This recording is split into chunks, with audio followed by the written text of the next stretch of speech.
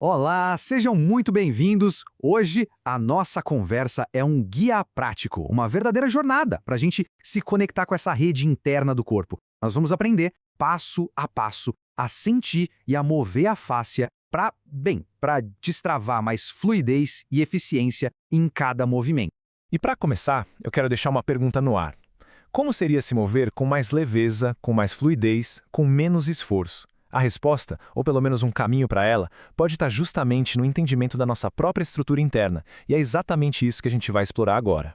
Então, vamos lá. O que é essa tal de fáscia? Pensa nela como se fosse a rede invisível do nosso corpo. Um tecido que conecta absolutamente tudo: músculos, ossos, nervos, órgãos. Ela é a chave, a peça que faltava para a gente encontrar aquele movimento fluido que tanto buscamos. O nosso caminho hoje tem 3 partes, bem simples. Primeiro, a gente vai ativar a estrutura. Depois, vamos explorar como o movimento se transmite por essa rede. E por fim, o mais importante, integrar essa nova percepção ao nosso dia a dia. Vamos conversar? Ok, mergulhando de cabeça na nossa primeira sessão, esses passos iniciais são basicamente sobre ligar o sistema, sabe? Construir a nossa base, a nossa fundação a partir do zero. Tudo, absolutamente tudo, começa com os pés. A gente posiciona eles paralelos, na largura do quadril, com o peso bem distribuído. A intenção aqui é sentir 2 forças opostas. Uma que cresce em direção ao céu e outra que afunda, que cria raízes na terra. Tudo ao mesmo tempo. E atenção, o erro mais comum aqui é travar os joelhos. A ideia é manter uma microflexão, bem sutil, que os mantém vivos, prontos para o que vier. Agora, subindo um pouco, vamos para o quadril. A pelve precisa estar numa posição neutra, o que cria uma lombar longa, relaxada. Pense no quad, essa região da virilha, como se fosse uma dobradiça, macia, estável. Muita gente tenta achar firmeza apertando os glúteos, mas a verdadeira estabilidade, ela não vem da contração, ela vem do alinhamento correto da estrutura. E agora, o tronco. O osso externo, no meio do peito, fica leve, sem estufar e as costelas relaxam, como se descessem. O ponto central aqui, gente, é a respiração. A intenção é que ela expanda o corpo por dentro em todas as direções, 360 graus, sem levantar os ombros. Se os ombros sobem, a tensão volta na hora. Aqui a imagem mental é muito poderosa. Imagine que a cabeça está suspensa por um fio invisível que vem lá do céu. Isso por si só já alonga o pescoço de forma natural e alivia toda a tensão dos ombros, da nuca. Outra coisa, um olhar muito focado, muito duro, também gera tensão. Então a sugestão é só avisar o foco, sabe? Ativar mais a visão periférica. Chegamos nos braços. Simplesmente deixe que eles pendam ao lado do corpo. Sinta o peso deles. A ideia é perceber o braço como algo que está pendurado no tronco, que por sua vez está conectado lá no chão. É uma conexão total. Qualquer movimento que venha do ombro deve ser quase imperceptível, sem esforço algum.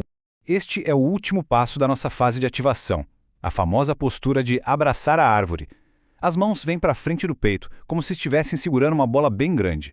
A intenção é sentir uma expansão, como se o corpo todo fosse um balão inflando, sentindo uma leve pressão elástica entre as mãos e nas costas. Se os ombros teimarem em subir, o truque é simples. Baixe um pouco os cotovelos e eles relaxam. Perfeito, a estrutura está ligada, está desperta. Agora a gente vai para a segunda sessão para entender como o movimento flui, como ele viaja através dessa rede conectada que a gente acabou de preparar. Todo movimento começa com uma simples transferência de peso. A intenção aqui é sentir o pé agarrando o chão, ativando o arco plantar, mas sem tensionar, sem contrair os dedos. Um erro clássico é mover o tronco antes de tudo, mas não, a sequência é: primeiro, a transferência de peso, lá na base, e só depois o resto do corpo acompanha essa mudança. Agora a rotação. E aqui tem um ponto crucial. O movimento se origina no quadril, lá no quadril. É ele que abre e fecha. O joelho, ele apenas segue a direção que o pé aponta, sem torcer. Isso é fundamental para proteger a articulação e garantir que a força venha do centro do corpo. E essa rotação do quadril nos leva à espiral. A torção do tronco não é uma coisa rígida, como girar um bloco. Pelo contrário, ela começa lá embaixo, no quadril, e vai subindo pela coluna como uma espiral suave. É uma sensação de um tecido se torcendo, uma camada depois da outra, não um simples giro dos ombros. Essa ideia aqui é fantástica e ilustra a conexão total. A mão é a consequência do pé. O movimento do braço não vem da força do ombro, do músculo deltoide. Não, ele é a expressão final, a pontinha da onda que começou lá no chão. A dica é pensar no cotovelo como se ele estivesse boiando, leve, sendo guiado por essa força que vem de dentro. E para gerar força para empurrar, a intenção não é empurrar o ar que está na frente. É empurrar o chão para trás e para baixo. Essa força então viaja pela perna, passa pelo quadril, sobe pelo tronco e se manifesta lá na mão.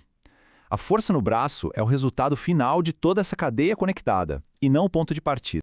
E assim a gente chega ao nosso último passo, e talvez o mais importante de todos. Agora é a hora de integrar tudo isso e principalmente perceber o que mudou no corpo. A proposta é simples, retorne à postura inicial, com os pés paralelos. Se for confortável, feche os olhos por um instante e faça um escaneamento mental.